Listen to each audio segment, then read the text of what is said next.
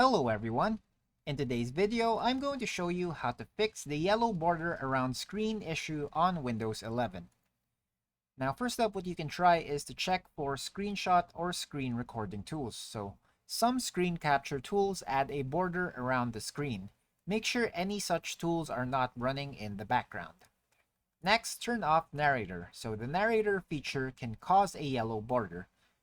To turn this off, head to Settings, Accessibility, and then Narrator and toggle it off. Next, you can also try disabling high contrast themes. So high contrast themes might be causing the issue. Navigate to Settings, Personalization, Themes, Contrast Themes, and select None.